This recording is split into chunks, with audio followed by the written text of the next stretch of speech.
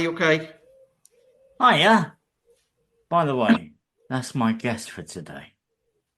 His name is Jason Ingham. And welcome to the guest show. Thank you. Thanks for having me. Well, that's okay, mate. And also welcome to the people listening. Today, Jason's going to share his story, which I found very interesting. I'm going to tell the truth. We did start it and then we got interrupted. So we're sort of like pretending we're starting all over again. We're all there recording.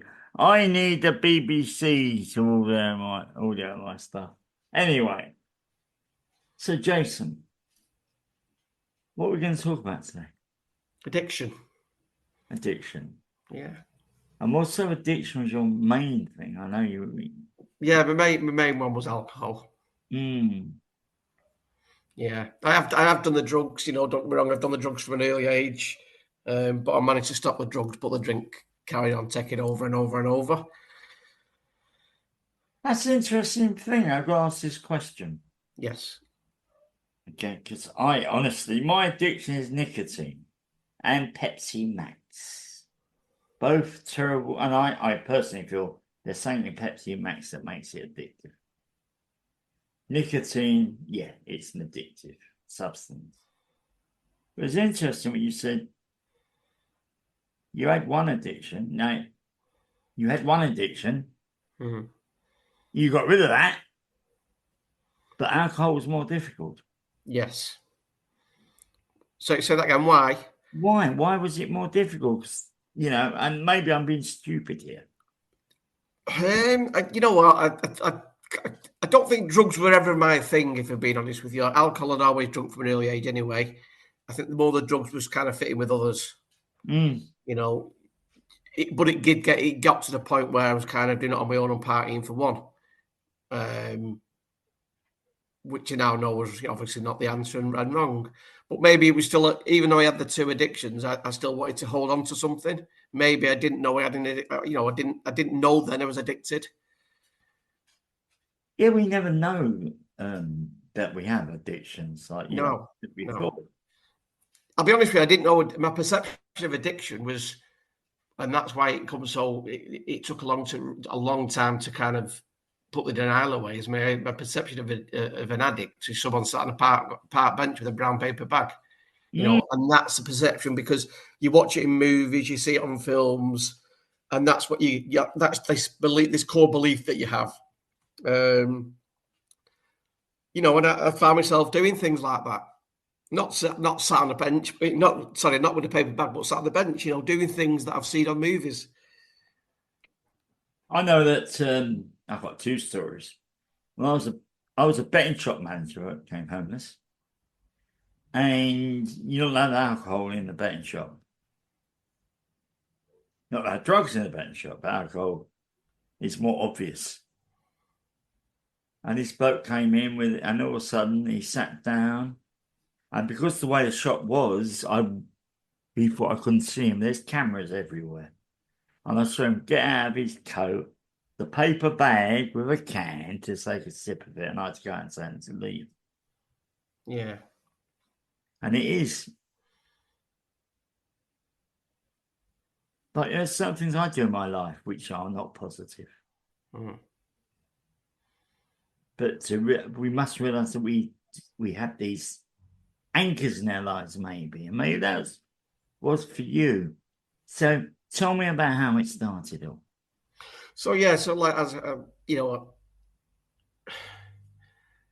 I always blamed my parenting for it. Every time I got drunk, it was their fault. It was their fault. The hurt and the anger that I had. I was a 70s baby. My father knew nothing but getting a belt out, giving a good hiding. There was no love shown, no passion, no compassion. Sorry. So I kind of grew up with this negative core belief that I wasn't good enough. I let him down. Did this fella? My dad should say, was he ashamed of me? Because I didn't fulfill his dreams. And that's how I went through life. And I still only up till yesterday I was still talking about it. And maybe I still hurt that way now. But I've got to learn to cope with it. But yeah, whenever when I was deep in my addiction, I get thoughts and backflashes of it happening. I turn to drink. I turn to drink was the only way to block it out, rather than talk about it. Called Melanie Klein. She worked with Freud, so we're talking many years ago. And she states something I believe is totally true. She had said, give me a child to the age of 4, I'll model their basic behaviour. So that guilt was, we've all got something inbred. I'm lucky, I think. I started doing a psychotherapy course. Couldn't afford it in the end. But I always remember there were 18 people in my class. I was the only person who could feel that both my parents loved me. Either it's one or both sometimes. Yeah. That felt their parents did not love them. Mm-hmm. And that was, I must admit, I don't mind admitting it in public, because I'm human. I actually cried when I went home, because I can't believe it, but I know it happens. Yeah. I'll be honest with you, I can probably put my hand, count the number of times on my hand through, I've not had a relationship with my father now since I was probably about 20, and I'm 54 now. So them 20 years that I had that relationship with him, let's say 10 of them were abusive. Yeah. So I picked up the drink, like I say, at an early age, around about the 14 mark. And I remember the time, because I was living obviously with this family and my younger siblings. And I remember getting a knock at the door. So the lady that I was living with, I actually thought was my mother. And I remember at the age of 14, I got a knock on the door, and a guy come to the door and said, "Do you realise the woman that stood behind you is not your mum?" And I went, "What?"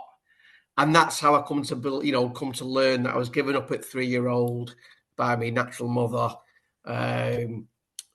So I'd gone through the years of abuse to then have something else thrown on my doorstep to say, "The mum's not not your mother."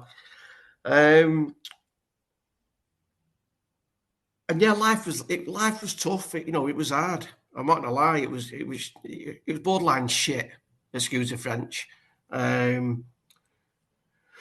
yeah, he brought me up the best way he thought it was. Obviously the way he was brought up, he thought he was doing me good. It didn't. And then I think the last straw that I think I mentioned before, or earlier on when we were doing it,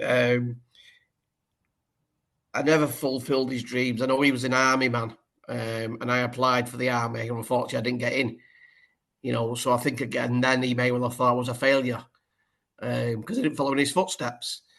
And at that point, at 16, 17, when I'd gone through all them years of abuse, I decided it was my turn to make something of myself. When I started going out, started drinking heavily, back even me, like say my first drink at 14, and then getting a few quid together and meeting with the lads on the streets and drinking whiskey and breaker and sniffing gas and all that kind of stuff. What is gas? Sorry. Your gas canisters, like the lighter fuel. No, another story.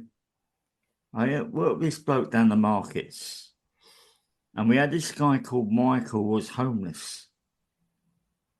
And one day I walked up the store. He stank. Now I've been on the street. I was fairly clean on the street compared to him. Oh. And I walked up, and he stank to high heaven. And I said to him, "Mike, I'm going to buy you some eau de cologne." He said, "Son, you give it to me, I'll drink it." And I've heard he has said he would drink anything. Yeah. White spirit's the greatest room. He used to drink them a lot. Yeah. So, but I completely forgot about that. So you reminded me about him. Mm-hmm. Yeah, I was at a fight with him once because he wanted to hit a punter. He said he took away his beer. And the punter's just walking by the first time because he didn't know what was happening at that point. Mm. But carry on, please. Yeah, so at the age of 16, I'd left home, I'd got my first job. And even at the first job, I remember working on the wagons, the fizzy pop wagons. There was one of those called Alpine. And it basically was like an old Bedford Army truck that drive the streets with bottles of beer, bottles of pop on the back of it. And that was my first encounter with a strong drug, and it was speed. And the driver at the time said, "Should we have some speed, and we'll get to do the round quicker." So I did, and I enjoyed it. I'm not gonna lie, I enjoyed it.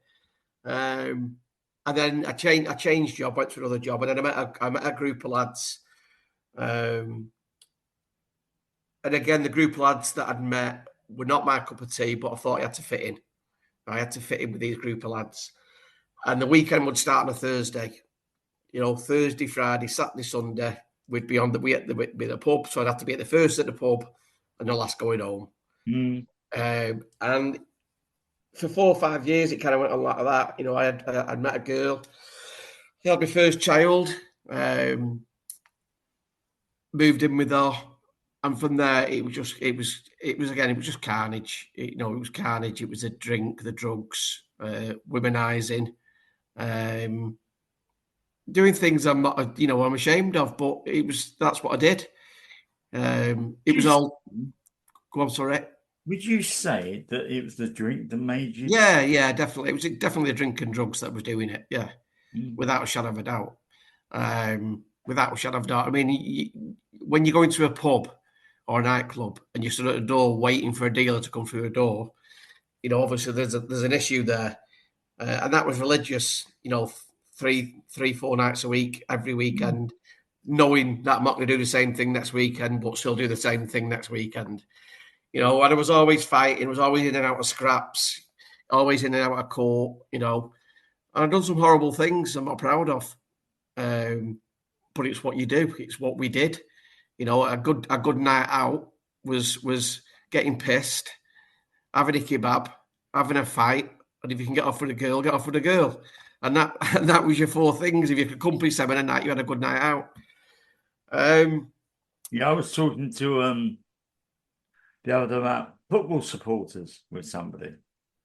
And when I lived in South London, there's a team called Millwall. Yeah. I hate West Ham. I'm not a West Ham supporter. But I knew a couple of Millwall supporters. And they came back from a match on a Saturday. I said, "How'd it go?" He said, "Great. We had a good punch-up." What were they going there, for the match or the punch-up? And they were going for the punch-up. Yeah. That's it, yeah. So, we I was with this girl, with my firstborn. And again, we loved a good punch-up. It's what we did. There was a group of about 12 of us. We knew some other guys that were kind of, as we called them, gangsters, if you get me drift, kind of thing, from around our area. They were a well-known family, were hard. And I kind of got involved with them then, doing what we had to do. And funny enough, I remember one year we went down to London, and the way they fixed their drink and drugs was to rob machines, toilet machines, Durex machines, pool tables. And we went down to London for the FA Cup, and we hired a car out. We drove to London, and then in London, I know at the time, I think it was either speed or cocaine, and they'd give me some, and I'd near enough overdosed, and they had to sit me in a sink in the toilet and douse me with water to kind of bring my temperature down. But it was a good weekend. I enjoyed it, even though it took me. Pardon? Overdosed, and yet you said it's a good weekend. It was, yeah, exactly. That's the mentality. That's the insanity of what it does to you. And then, and that was the norm then. Yeah. I remember one night, and again, I don't really speak about this, but this for me is kind of, sorry, you've gone over there. For me, one of the insane things I ever did is I remember going back. Me and my friend went back to someone's house, a girl's house, and there was a lad in the bedroom. And I went over to lean to see how he was, and before I knew it, he'd hit me in the face with a ballpoint hammer. And I'd realised he was sticking a needle in his arm. There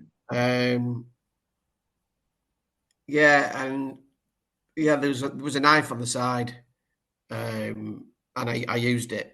I used it. and ran out the property there. But the following week, the same guy was in the pub and he bought me a pint. And he was like, well, what the hell's going on? And that was the insanity. Again, it was drug and drunk, drugs and drink fueled. And that was the kind of stuff for you to go to.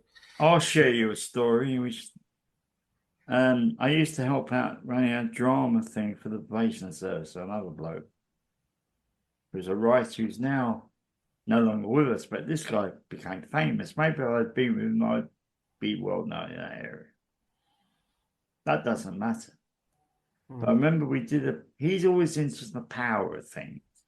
Me and another actor and him were devising a play about that sort of thing. And one day he said, well, the power of the bottle. And I realised every night, after it was in Camden Town, there's this pub near there called the World Town. We all went for a drink. There were about 10 of us. I'm the only one who didn't drink alcohol.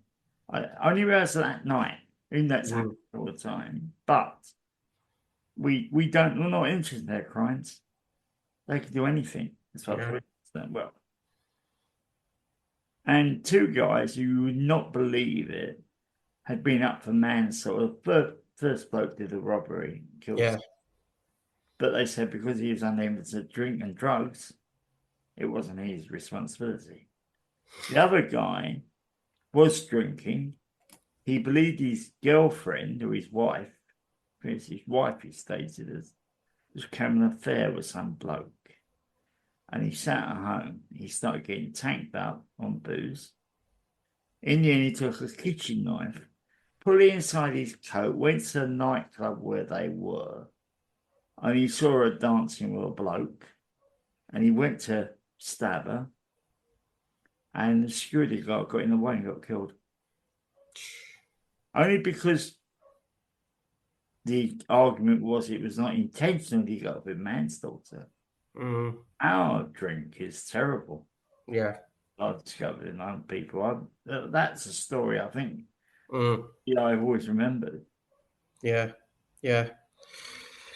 So life was back then. Life was good. I was living it. I was working, and then I separated with the girl that obviously had my first child. And as I separated, she was pregnant, and she said, "Listen, I'm pregnant. It's not your baby." Right, okay. And from there, then, so I'd had many years of doing the drugs and the drink and stuff. And then from then, I kind of met my wife, the lady that's now my wife, 32 years ago. And I remember meeting her, and her words were, I was an arrogant bastard. I thought he had everything going on kind of thing, but we hit it off, And one thing she said to me is like, and we do laugh about it. I actually used it in my wedding speech. She found me in the gutter and got me out of the gutter and basically said, "You need to sort yourself out." But it didn't stop. We got together. She got pregnant herself. Then I was a father. Another baby on the way. So I had a baby that someone else was pregnant, that the child weren't mine. I had a firstborn, and I had another baby on the way. My wife then had a child, so that she became my stepdaughter. And through marriage, again, horrible shit things I'm not proud of. Throwing furniture, punching doors, threatening behaviour. Horrible things. Stepping over children to get a drink. And it was always like that. And many times, my wife kept saying to me, "Any more, and that'll be it. Any more, and that'll be it. Any more, and that'll be it." And all that come out of my mouth was the word, "I'm sorry." Yeah. I'm sorry. Because I thought sorry would be, sorry would cut it. So we had a good relationship. We had our ups and downs like every couple. But even back then, I still didn't realise it was the drink and the drugs that were doing it. And I stopped the drugs. We used to do it together. We used to do drugs together, recreationally. We used to go out and have it, but it was nothing hard. It was nothing fast. So there were some really horrible times, that again, I am ashamed of, but I need to forgive myself for doing them.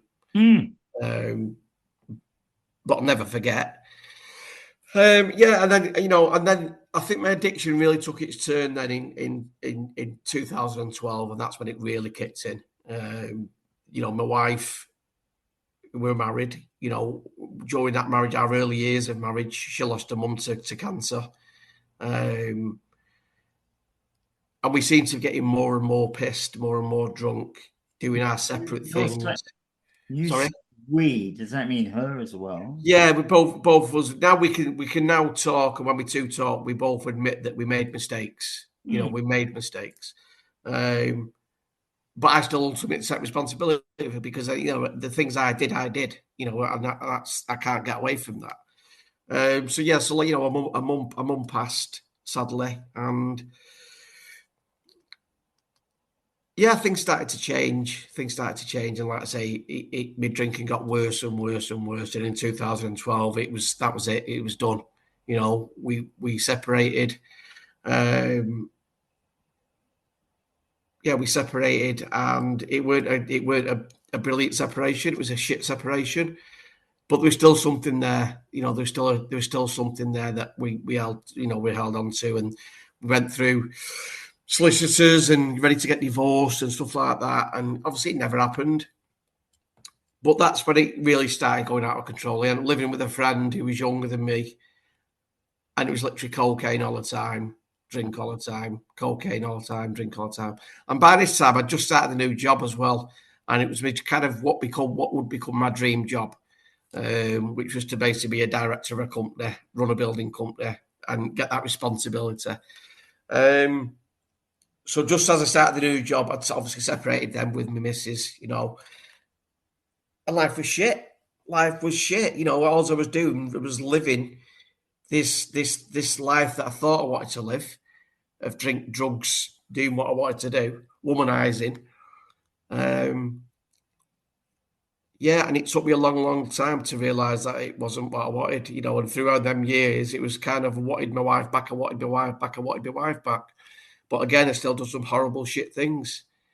Where one night I was drunk and drug fueled, and I went down to the property, massive big argument, threatening behaviour. And I ended up going to court for it.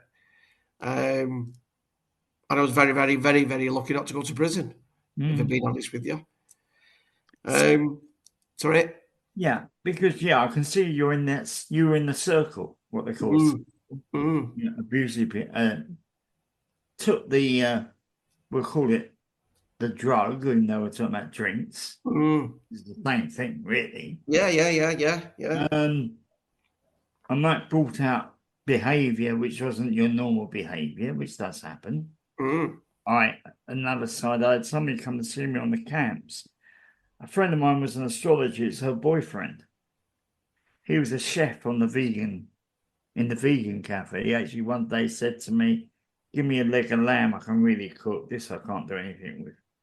But he came to see me about his drinking. And what he said was, he only feels sociable when he has a pint. Yeah. And we worked on it a bit. I haven't had many clients with addictive behaviours. Personality behaviours, yes. But we said, we looked at ways that you could realise that he doesn't need that to talk to people. Right? For you, if I may say this, and you tell me if I'm wrong, that brought out the dark side of you. It gave permission for that dark side to arrive. Yeah. The devil in Jason. Yeah. So, it happens. We've all got something that we do. Yeah. Even the perfect person you're talking to now has made mistakes in their life. And it's funny as you said that, because I remember my wife, when we used to fall out and argue, and I'd say to her, "No one's perfect. You can't have a perfect family." The family could have been different if I weren't drinking and doing drugs. Don't get me wrong, it could have been a lot better than it was, but I do believe no one's perfect. But we all have to go on these journeys, don't we? Yeah. We don't like to admit it. I can say I should not have ended up on the street. So 2006, so we're talking almost 20 years ago, Mm. 18 years ago. I should not have ended up on the street. I did. I learned from it, Yeah, and it was good lessons I learned, I yeah, think. yeah. But let's talk about now the recovery side. What made you to start the recovery? Because you're in the... So the recovery. So let's fast forward now then, through years of carnage, etc., etc. So my first dabble at recovery was 2018. And it was purely, when me and my wife were still talking. I went to see her this particular day, and I said, "Give me one more chance. I can prove to you that I can do it." And I want to go back to 2018 because there's a story in 2018 that I found myself out doing 3 years down the line of my addiction. And I remember going to this AA meeting. I went home and I phoned the Samaritans, and I said, "I think I've got a drink problem." And they set me up with my first AA meeting, and I went to this meeting, and I thought to myself, bollocks to this, I ain't going in here. It's a church. I'm not going in a church. I'm not going praying. I'm not doing all that. Not a chance. But I quickly went in. I got speaking to someone, went in, and I heard a story of an old guy. An old guy, he had 40, I think about 40 years clean time. And he said to me, he was an alcoholic, obviously, and he'd got to the point where he was a manager in an office block, and he didn't live too far away from the office block. And he'd take 4 beers into work with him, go to the toilet, drink the beers, flush the chain, no one would hear him. And this one particular day, he was walking home, and he got a whiskey from the shop with a can of Coke. And he drank half this whiskey, put the can of Coke under the tree, went home, had his sandwich with his wife, walked back to work, picked the whiskey up with a can, and it was full of ants. And he drank it. And I thought, wow. Long story short, I fell out of addiction, didn't go bother going to it because I thought, even then I thought, I'm not an addict. I can control what I do. I'm not an addict. Went on holiday with my wife. Me and my wife made a pact to get back together again. Went on holiday again. But as soon as we went on holiday, it was like a rag to a bull. A rag to a bull. Yeah, let's have a drink. Bum, bum, bum. Because we talked. You're not an addict. I'm not an addict. Yeah, let's have another drink. And then it started again. The same process that every time I wanted a drink, I would get one. And I'd come home and make sangria. It's pissing down outside. I'm making sangria at home in Manchester because I wanted a drink. And that went on for 3 years. And in that time, things between my wife become. We'd have times where we'd go back together. We'd have times where we'd split up. We'd go back together, and it was always a drink that had put a sparring in the works. Because I'd have another drink and get pissed, get another drink, etc., etc. And then COVID kicked in. I moved back home with my wife after the holiday, and again because I was working from home, we had a hot tub in the garden, and it was kind of I'd go for a walk in the morning, crack open a bottle of wine, and sit in the hot tub. And we'd get drunk all day, every day, and again, it started to spiral out of control. My head told me that my wife and my daughter were calling me, speaking about me. And it got to the point that my head told me if I moved out of this property, I could control my drinking. I could go and live about my own thing and control my drinking. It didn't work that way. I moved out the property, went to another property. And the property I went into was next door to the property I'd previously lived in. So it weren't far from where I previously lived.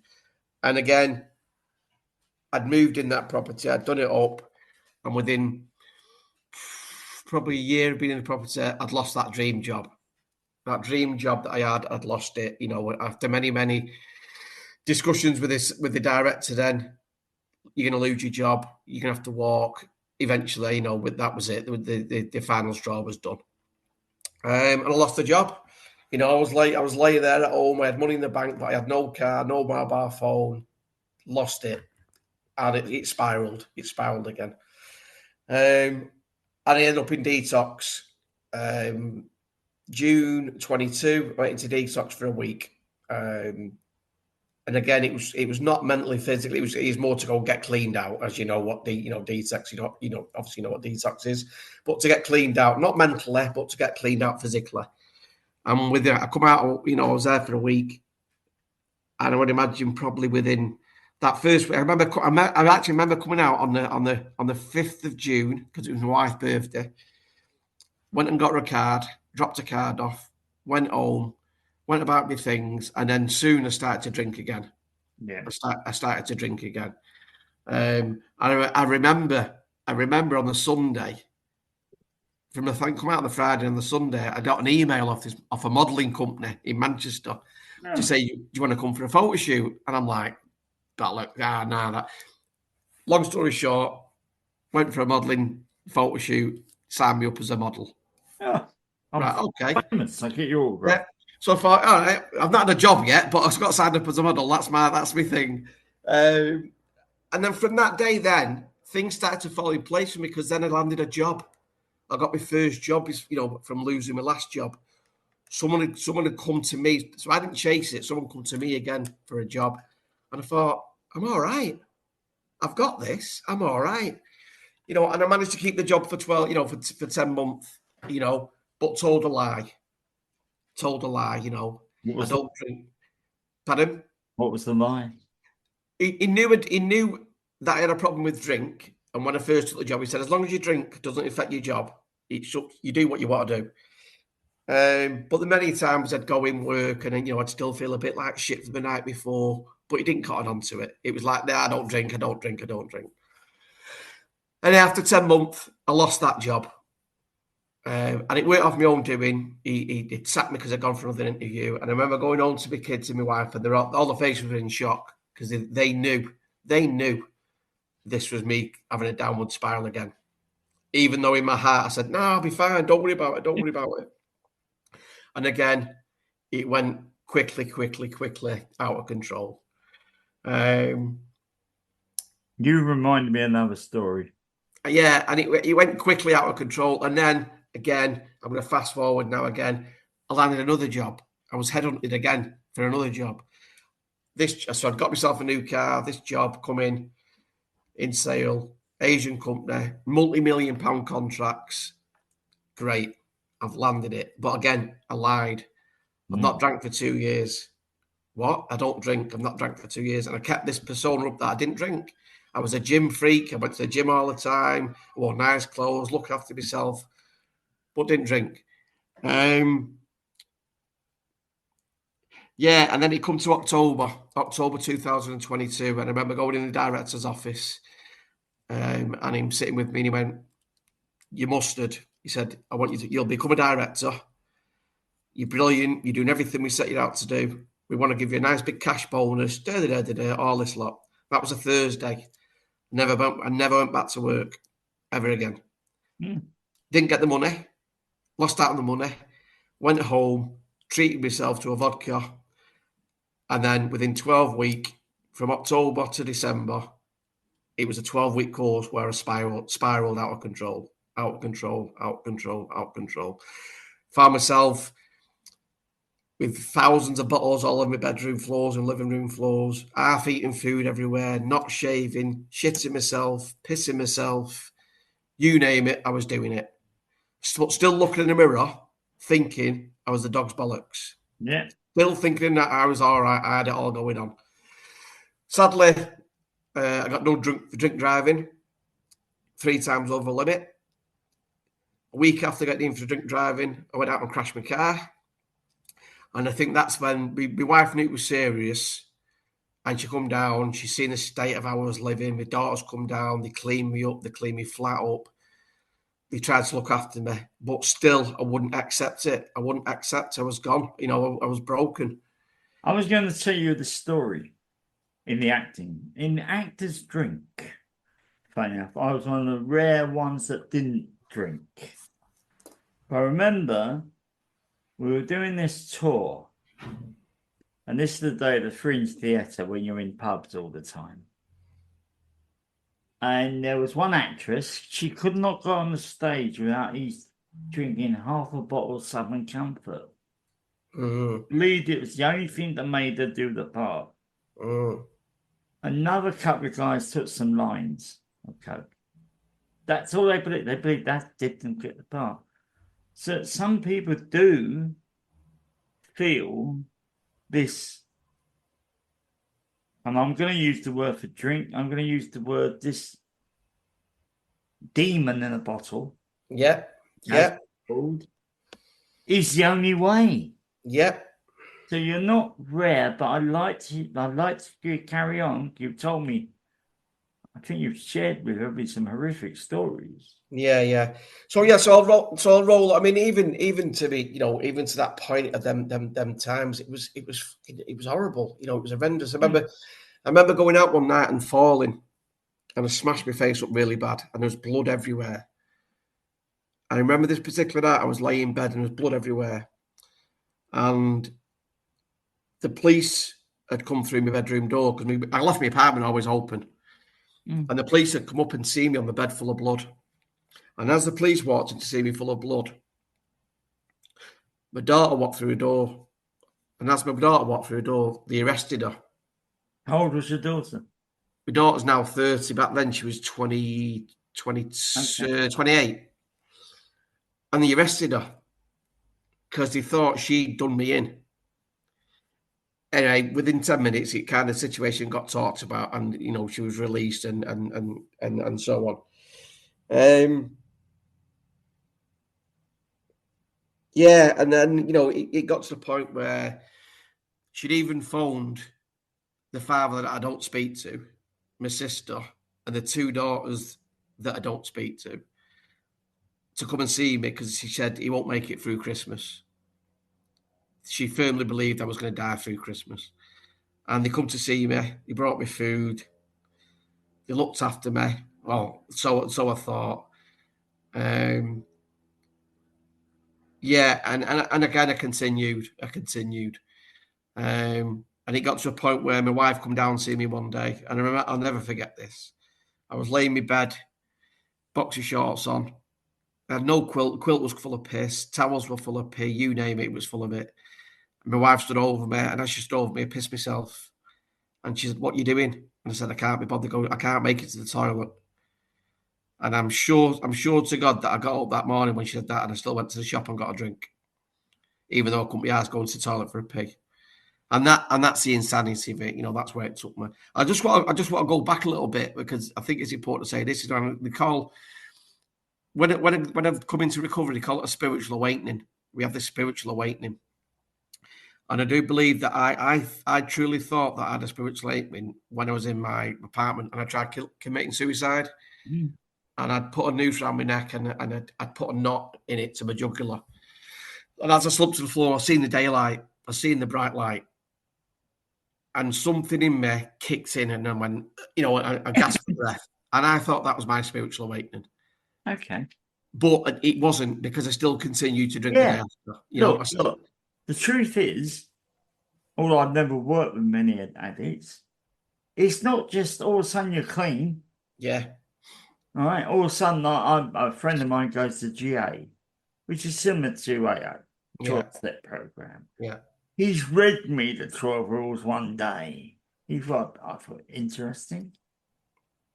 As I don't think myself as somebody with an addictive behavior. I have an addiction, yes, tobacco and Pepsi Max.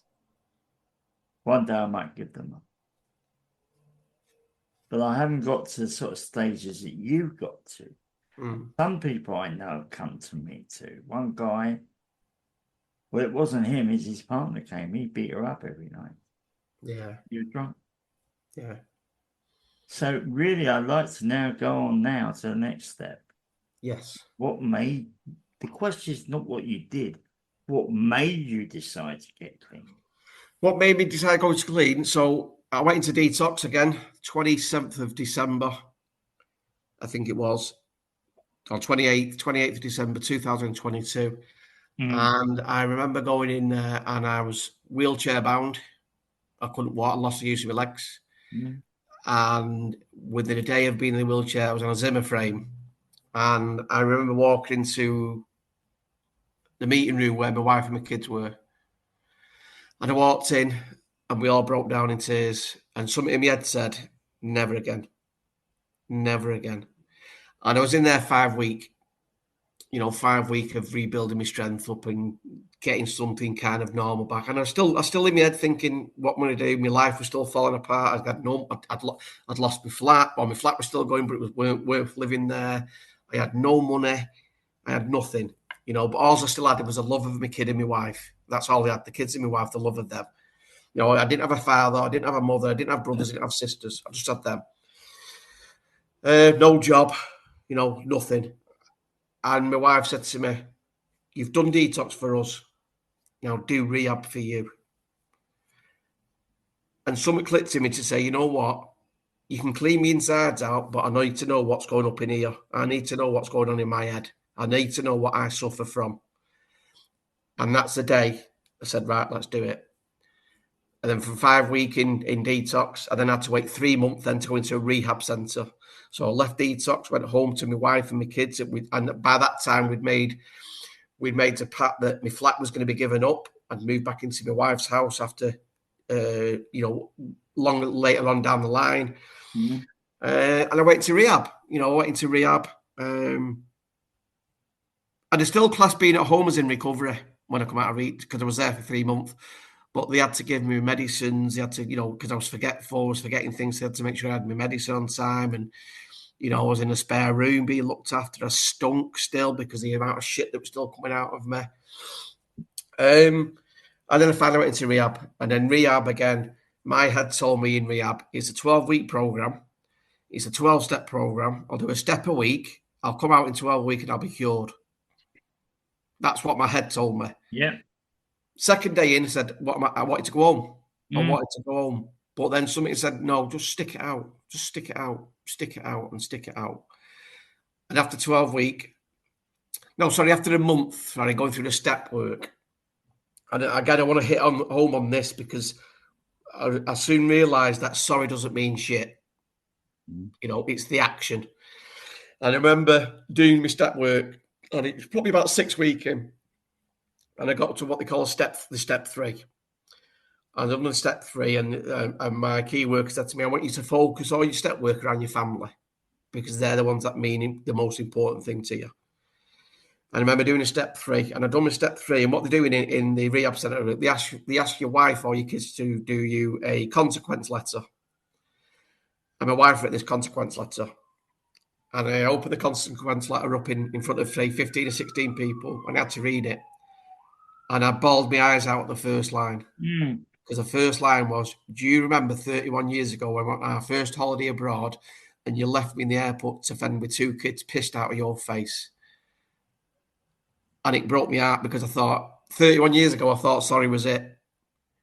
31 years ago, I know she's still carrying that with her. Now, I got a question for you. Yeah. I know somebody years ago down the markets, there were these guys, it's the old day of the wooden stalls, which not me. Yeah. Remember? And there was this team of people in the lane who put the stalls up. One of them was a bloke called Ian, funny enough. He had a brilliant first name, but he admitted to me, he'd been into rehab 4 times. Mm. And a few weeks before a month before he passed away, he was going in again. He said, if it doesn't work, I'm giving it all up. I didn't see him when he came out, but I know somebody said to me he passed away. So what you've done is amazing, because a lot of people do backstep that much. And that is, he was a nice bloke. When he was, I never saw him when he was drunk, I must admit. Yeah. He was a great guy to talk to. Yeah. But you went on to AA, I presume, did you? Yeah, well, I do. So now I do them all. I do CA, NA, and NA. So I keep within all the fellowships because I get some cocaine and no narcotics and a lot. So yeah. People who don't know, CA is cocaine. Yeah. And NA is Narcotics Anonymous. AA is Alcoholics Anonymous. Yeah. They always do it. I don't understand where the Anonymous comes in. Yeah. But But I go to as many as I can because I get something from each one. So I get something from each one. And back and through that, just as you were saying then about a friend who passed. I met a good friend in detox. Lovely lad, great lad. And as I was in rehab, he didn't choose to go to rehab. He thought he could do it. He weren't a well lad anyway. And he used to bring my wife and my kids up to see me in rehab, and he'd come himself, and we had this really good bond, like brothers. And unfortunately, he passed away. The disease had played a part, I would say, in his death. And he passed away. He passed away last year. I was heartbroken. And I kind of say sometimes, 3 weeks after, if he'd have waited 3 weeks, I'd have been able to see him. And it is horrendous because that's the severity of this disease. Coming to rehab, I'd done my rehab, and then I chose to do what they call a stage 2. So after your 12 week, you have an option to move on into a stage 2. And I knew after 12 week, I wasn't ready to face the big bad world. Not a chance. Because I know if I had to go and face life on life terms after 12 week, I'd be back where I was. I'd lose everything. So we made a point then of going into a stage 2 house. And at this time then, things started to change at home. When I sit down with my wife and chat with my wife and say, listen, let's make a go of it. But it won't be as it was before. We've got to take time. We've got to build on the relationship again. I've got a relationship with my grandson, my daughters. And I quickly believed that it's time to start giving back. All I've done all my life was take. So I've watched to start giving back. Hence the fact, doing this really to see if anyone listens to it and gets an understanding of what we do and what we go through. So recovery for me is now the first and foremost. I make sure I do my daily routines. Go on, sorry, you was going to say something, Ian. Well, I was going to say that I said before, when I want to be a therapist, I want to work with groups. In my theory, in my mind, somehow, I say working with groups are easy. Yeah. And they are. In a group, and you'll recognize this from your experience of the AA or NA, whatever you want to think with them. Somebody shares something, and that's personal to them. But what they're sharing is somebody else in the group will hear it. Yeah, exactly. In their own life. It's very therapeutic. I think it is part of the group consciousness. Yeah. And to say you want to pay back, but also you're getting something back. Yeah, exactly. And that's why I've been in construction 30 years. Construction has been my life for 30 years. But now I've got a change in mindset now. My mindset now is to work with, the still vulnerable people, help them out, and I suppose selfishly I do it for 2 reasons. One, to help them, but it helps me. It keeps me connected. It keeps me on my toes, me on my toes. Recovery for me is quite powerful now. I do it. My wife understands it. My kids understand it. So you're all back together now, are you? All back together. So we the way I spoke about the other day. So it took me 12 weeks to lose everything. 12 weeks, from October to December. It took me 12 weeks to ruin everything and be at death's door. It took me 19 and a half months to get where I am now. So that kind of puts a perspective on where, it takes that to get you there, but it takes a lot longer of the healing process and the growing process. But also you're aware that you've got to be aware of what's happening for you now at this moment. Yeah, exactly. And it was funny because I have a life coach and I was speaking to him yesterday. And last week before we got we got in touch with each other, he said to me, certain paths will open up. Yeah. Certain doors will open up and you don't know when they're going to happen, but they'll happen. And it was a coincidence that then we got speaking and now this has happened. So recovery for me, what have I learned? I've learned that I can't sit with myself. I'm at dis-ease with myself. And it's because I've got so many negative core beliefs and the way I was brought up, etc., worthless, all this kind of stuff. But now I have coping mechanisms to work with that. I have my routine, my regime, my praying, my meditation, my connections, a fellowship. As long as I keep doing that and being honest, as they say, all will be well. But we never know what's around the corner. You never know. But the main thing is I would, if I may advise you, to keep on with the AA sort of thing. I'll call it AA, even though you go to all three. Yeah. Because they're healthy. Yes. Myself, I think I've got a fairly healthy mental state. I'm not perfect, but everybody thinks I am. Somebody says I'm wonderful. I'm not. I'm just me. Yeah. I do end of every day. I go, what happened today? And I say, what have I learned? Not what mistakes I made or what good I've done. What have I learned? But I'm going to leave you one final story and maybe I'll get your opinion on this. Yeah. I used to be the crisis counselor at a college.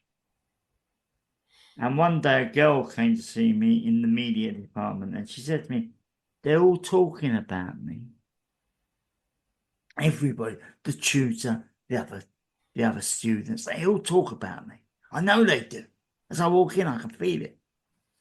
So there's a tool to use, which I used to use a fair amount. I said, look, go home, pretend you're somebody else and write a letter to yourself about what happened.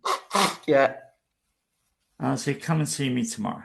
She came and said she realised what happened was she just joined AA. She hadn't got a sponsor. She had no support structure in her life. Mm.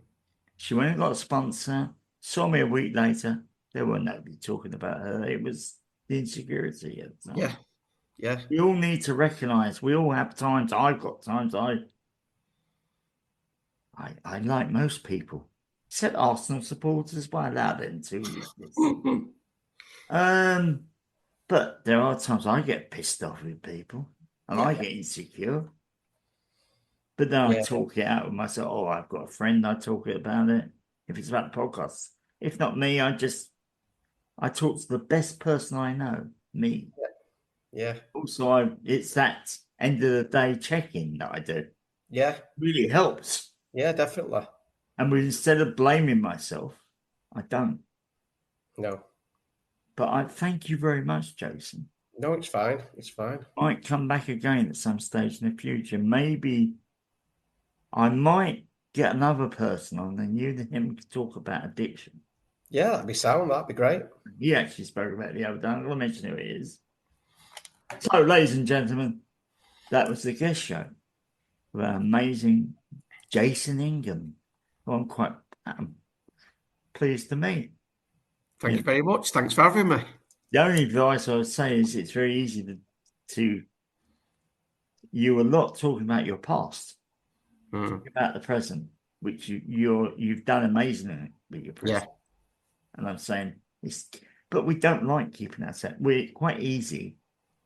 Another tool I used to use, I've got a lot of people come and see me about self-esteem.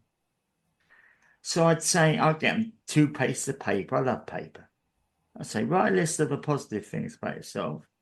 Now write a list of the negative things about yourself. I get a double-sided page of negative things and maybe 2 lines of what they thought was good about them. And then I go over what I knew. Some of them I knew. Some I delve in. All of a sudden, we got another page of positive stuff. We don't look at ourselves positively, and we should, ladies and gentlemen. That's what I believe in. That's what I try to do. I've now got a mission statement for Stand Up. And what it is I've always had it in my back of my mind is this podcast is a place to highlight the issues that we face in society.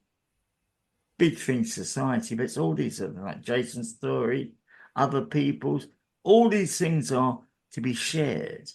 We're not I'm not dictating what you should do. I could quite easily, but that's against my basic rules of life. So if you found this interesting, maybe you might want to contact Jason, I don't know. You always email me and I shall put you in. I shall email Jason about it. We have to look at the confidentiality at the end. The other thing I'm going to say is maybe you want to join my guest list, or maybe you can come on. You can email me at Ian Kalman. I'll spell it phonetically because nobody spells my surname correctly. India Alpha November, Kilo Alpha Lima, Mike Alpha November at the initials George Michael X-Ray GMX.com. Finally, I've got to plug this. The petition. Empty homes should be put into residential place if they're empty for 6 months. You'll see a link, but also we're staying at 41,000 after a week. I want 200,000. Then I can present it to Parliament. And if you think, and share it with your friends. Share this podcast with a friend. That was very, I'm going to use the word educational, what Jason has shared for people. We don't realize that side. And when I get people like Jason on and share this sort of story, they're very courageous. So thank you very much and have a good week.